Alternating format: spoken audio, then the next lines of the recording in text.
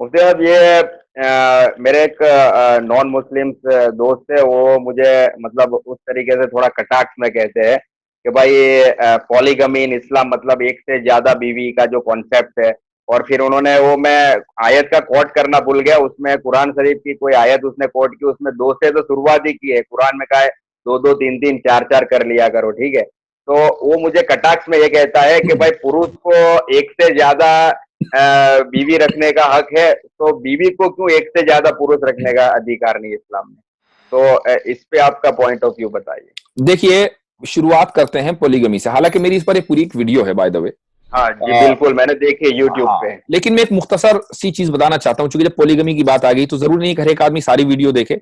अगर यहाँ चूंकि आपने पॉलीगमी का सवाल किया तो मैं मुख्तसरन उस पर बात करूंगा, और मैं समझता हूं कि उसके बाद हम अपना शो भी रैप अप करें, चूंकि काफी टाइम भी हो गया है, एक आध सवाल और ले लेंगे। तो देखिए, कुछ लोग जो पॉलीगमी के अगेंस्ट हैं वो ये कहते हैं कि भाई इससे बीवी को बुरा लगेगा कि शौहर ने एक दूसरी शादी कर ली। तो क्या कानून बुरा लगने, किसी को बुरा लगने न लगने की वजह से बना करते हैं? अब हमें मसलन ट्रिपल तलाक पे जो कानून बना है वो बुरा लग रहा है, तो क्या आप हमारे बुरा लगने की वजह से वो कानून वापस ले लेंगे? या सुप्रीम कोर्ट ने अभी 2-3 दिन पहले अडल्टरी के ऊपर एक कानून बनाया कि एक मैरिड कपल, हस्बैंड या वाइफ, किसी दूसरी औरत के साथ ताल्लुकात कायम कर सकते हैं। तो क्या दूसरे को अच्छा लगेगा? अगर किसी औरत ने किसी दूसरे मर्द के साथ ताल्लुक कायम कर लिया तो उस औरत के शौहर को बड़ा अच्छा लगेगा? बिल्कुल नहीं अच्छा लगेगा। लेकिन सुप्रीम कोर्ट ने एक लॉ बना दिया, कानून बन गया। तो इसका मतलब यह हुआ कि अच्छा या बुरा लगने के ऊपर कानून की बुनियाद नहीं होती, बल्कि कानून की बुनियाद जरूरत के ऊपर होती है। कानून की बुनियाद जो नीड है उसके ऊपर होती है। अब मसलन इस पॉलीगमी की जो इजाजत है, अव्वल तो यह हुक्म नहीं है कि हर हाल में हर मुसलमान करे, बल्कि एक इजाजत है। वो इजाजत इसलिए है चूंकि ऐसा हो सकता है, तारीख में, हिस्ट्री में ऐसे वाकयात हुए हैं और आगे भी हो सकते हैं कि जहां मर्दों की तादाद औरतों से कम हो। अब आप ये कहें कि जी इंडिया में तो मर्दों की तादाद नहीं है, वहां मर्दों की तादाद ज्यादा है। भाई वो तो इसलिए कि आपने अबॉर्शन कर करके औरतों की तो तादाद वैसे ही कम कर दी। कितने अबॉर्शन हमारे मुल्क के अंदर होते हैं, लड़कियों को पसंद नहीं किया जाता। यही हाल चाइना के अंदर है। लेकिन फिर भी अगर आप वर्ल्ड का पूरा ओवरव्यू देखें तो इस वक्त 107 लड़के हैं और 100 लड़कियां हैं। 107 लड़के पैदा हो रहे हैं, 100 लड़कियां, यानी लड़कियां कम है, लड़के ज्यादा हैं। बात समझ में आ गई? अभी तो यही सूरत हाल है। लेकिन लोग उसके आगे नहीं देखते।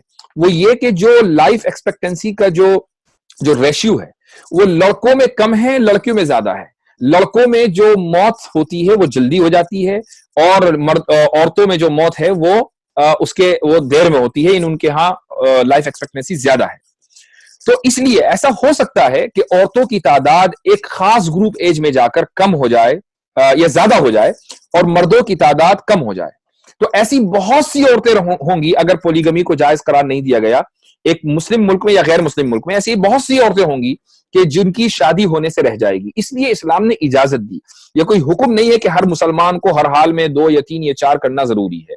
ये तो पॉलीगमी की वजह की एक बुनियाद हो गई। यही वजह है कि चलिए यहां तो इस्लाम में तो खैर हर मर्द को एक इजाजत है, चाहे वो किसी भी तबके से ताल्लुक रखता हो, अरब हो कि हिंदी हो कि फारसी हो, हर मुसलमान को इसकी इजाजत है। लेकिन जरा विष्णु स्मृति उठाइए, उसमें क्या लिखा हुआ है? उसमें ये लिखा हुआ है कि ब्राह्मण को तो 4 बीवियां रखने का हक है, क्षत्रिय को 3 और वैश्य को 2 और शूद्र को 1 बीवी रखने का हक है। तो आपने कास्ट सिस्टम की बुनियाद पर बीवियों की तकसीम कर दी। ये इंसाफ है? भाई आप ये तो कहें कि भाई सारे हिंदुओं को 4 नहीं 400 बीवियां रखने का हक है, हमें कोई एतराज नहीं है। लेकिन जब आप कास्ट की बुनियाद पर तकसीम करते हैं तो यही चीज काबिल एतराज बन जाती है। अब जो आपका जो असल सवाल है, और बाय द वे नियोग का सवाल जरूर कर लीजिएगा आपने उस दोस्त से कि भाई जरा नियोग के बारे में भी बता दो। अब मैं आपसे, आपका जो सवाल है कि भाई औरतों को ये इजाजत क्यों नहीं दी गई, मर्दों को इजाजत क्यों दी गई है, तो उसका जवाब यह है, मैंने शुरू में कहा कि जो लॉ बनता है वो जरूरत की बुनियाद पर बनता है। देखिए इस्लाम में विरासत का कानून है। विरासत का मतलब यह है कि एक आदमी मर गया तो उसकी जो प्रॉपर्टी है वो उसके जो वारिसीन हैं, रिश्तेदार हैं, उनके दरमियान तकसीम होगी। अब जरा तसव्वुर कीजिए कि अगर औरत को 4 शौहर रखने का इख्तियार दे दिया जाए और उसके 4 शौहर हों और उस औरत के 1 लड़का हो, तो ये चारों ये दावा करेंगे कि भाई ये लड़का हमारा है। अब आप ये कहेंगे नहीं डीएनए से पता लगा लेंगे, तो डीएनए कभी 100% ये नहीं, बाज मरता ऐसा होता है कि 30% मैच कर रहा है, 60% मैच कर रहा है। और बाय द वे डीएनए है कितना, अभी तो ये नई चीज है, और इस्लाम का कानून सिर्फ आज के लिए नहीं बल्कि हमेशा के लिए है। तो अब ये चारों मर्द ये दावा करेंगे कि ये लड़का हमारा है, तो पहले तो झगड़ा यहां शुरू हो जाएगा। अब मान लीजिए वो लड़का बड़ा हुआ, कहीं से उसके पास प्रॉपर्टी आ गई और वो मर गया। अब जो औलाद की जो विरासत है वो माँ बाप में तकसीम होनी है, ठीक है। तो जो चार मर्द हैं, उस औरत के जो चार शौहर हैं, वो चारों ये दावा कर रहे हैं कि ये प्रॉपर्टी हमारी होनी चाहिए। कितना बड़ा कंफ्यूजन हो जाएगा कि एक औलाद के मरने के बाद भी रिश्तेदारों में लड़ाई चल रही है कि उसकी प्रॉपर्टी कौन लेगा। तो ये नस्ब की हिफाजत और इसी तरीके से विरासत के कानून को सही रखने के लिए इस्लाम ने जो इजाजत दी है वो सिर्फ मर्द को दी है कि उसकी चार औरतें हो सकती हैं, चूंकि उस सूरत में कोई झगड़ा नहीं होना है।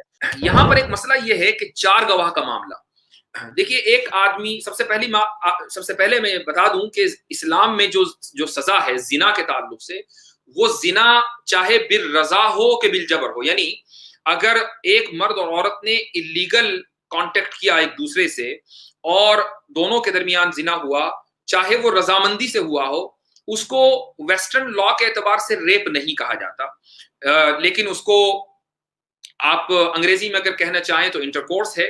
उस पर कोई सजा नहीं है, बल्कि वेस्टर्न कल्चर के अंदर ये बहुत नॉर्मल चीज है, बल्कि बहुत सी मामला, बहुत सी मर्तबा तो ये वालिदैन इनकरेज करते हैं। यानी आप अगर गोरों के यहाँ जाएं तो उनके यहाँ तो ये इनकरेज किया जाता है कि ऐसा अभी तक क्यों नहीं हुआ, क्या मसला है।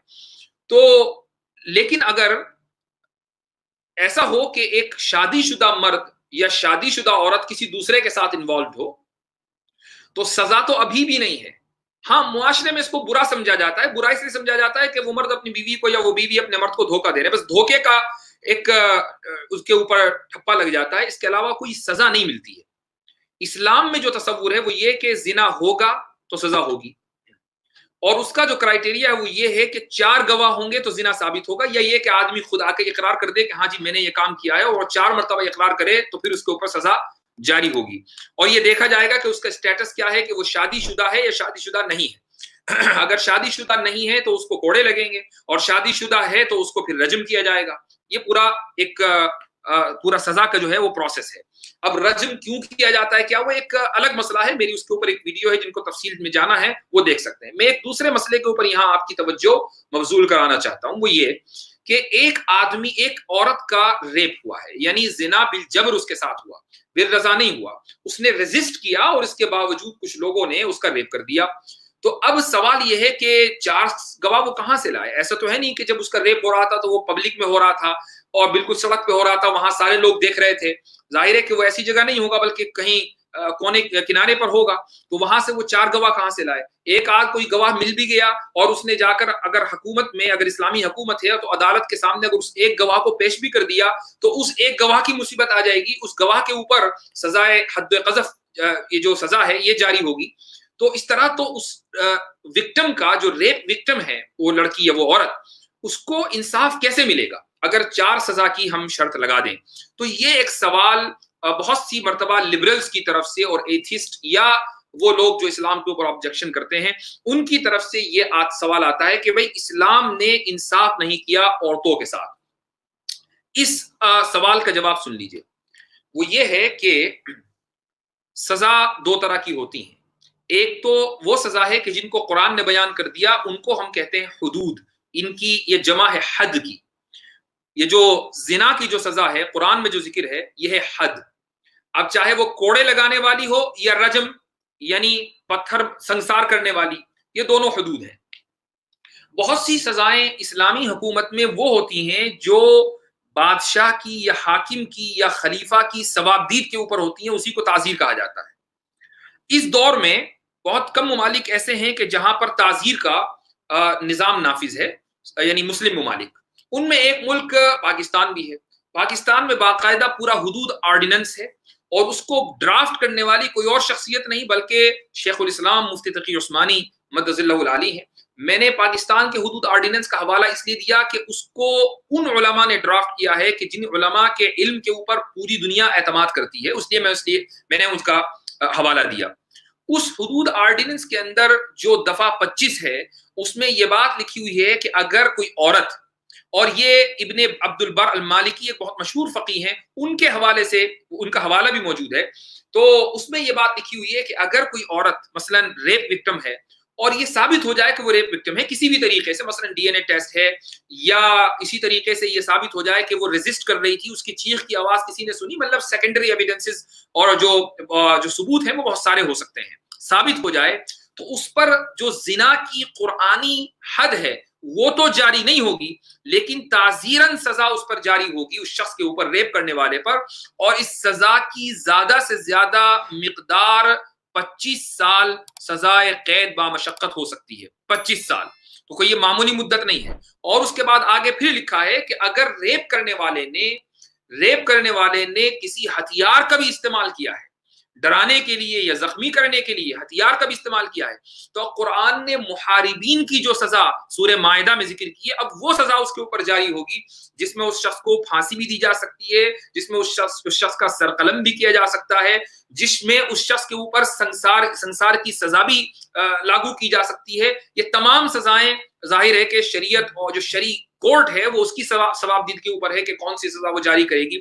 गर्ज ये है कि जो रेप विक्टिम है, इस्लाम ने उसको ऐसे नहीं छोड़ा, बल्कि बाज हालात के अंदर, खुसूसन अगर जबरदस्ती करने के लिए हथियार का इस्तेमाल हुआ है, तो उस हथियार के इस्तेमाल की वजह से बड़ी सख्त सजाएं दी हैं जो आम हालात के अंदर नहीं दी जाती, जो पूरी सजा सूरह माइदा के अंदर मज़कूर है। तो ये कहना कि इस्लाम ने अगर रेप विक्टिम औरत है तो उसके लिए कोई सहूलत नहीं दी, और अगर वो अदालत में जाएगी और ये कहेगी कि मैं रेप विक्टिम हूं और 4 गवाह न लाए तो उल्टा उसी के ऊपर सजा जारी हो जाती है, ये कहना बिल्कुल गलत है।